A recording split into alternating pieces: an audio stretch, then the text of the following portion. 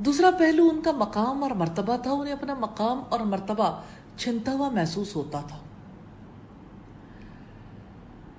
اسی وجہ سے قریش چاہتے تھے کہ چلے کوئی سمجھوتا ہی ہو جائے۔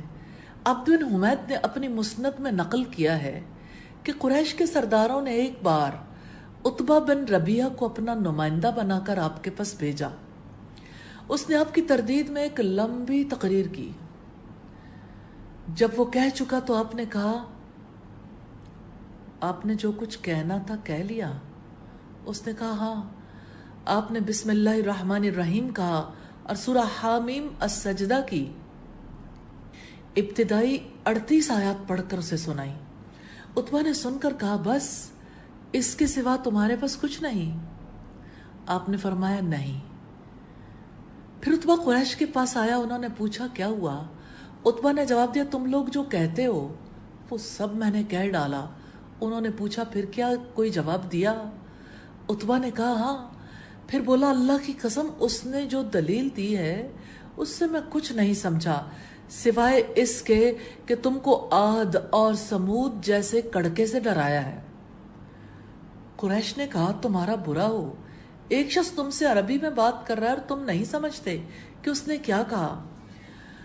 عتبہ نے کہا، اللہ کی قسم اس نے جو کچھ کہا اس سے میں کڑک کے سوا کچھ نہیں سمجھا۔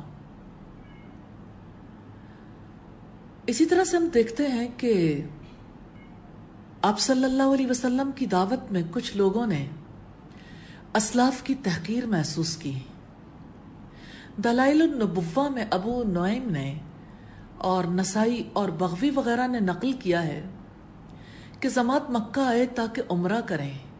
ایک روز وہ ایک مجلس میں بیٹھ گئے جس میں ابو جہل، عتبہ بن ربیعہ اور امیہ ابن خلف تھے۔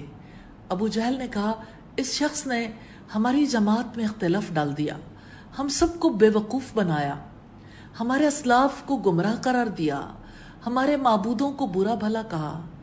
امیہ بولا، اس آدمی کے پاگل ہونے میں کوئی شک نہیں۔ یا لسابہ کی روایت ہے والیوم 2 پیج 210 پر۔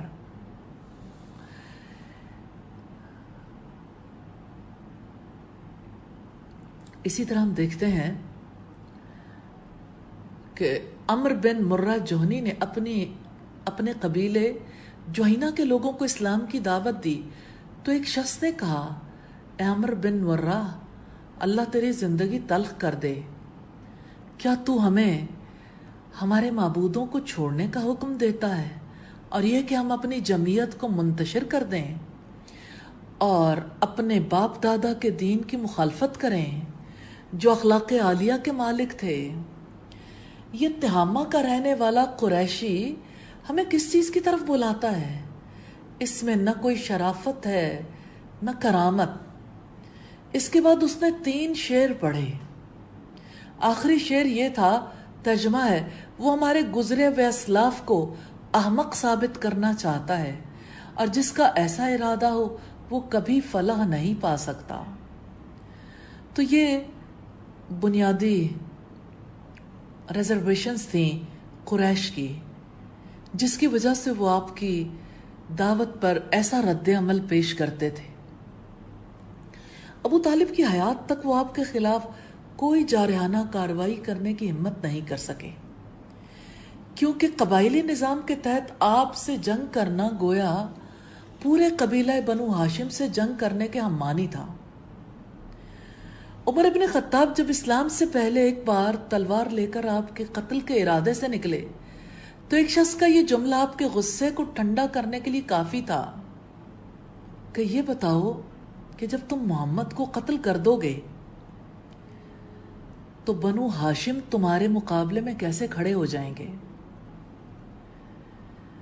جب بھی کوئی شخص آپ کے خلاف یہ ارادہ کرتا تو فوراً یہ سوال سامنے آ جاتا۔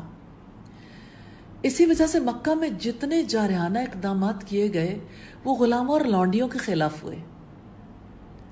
امام احمد نے اور ابن ماجہ نے سیدنا عبداللہ ابن مسعود سے یہ روایت نقل کی ہے کہ ابتدائی دور میں 7 افراد نے مکہ میں اسلام کا اعلان کیا۔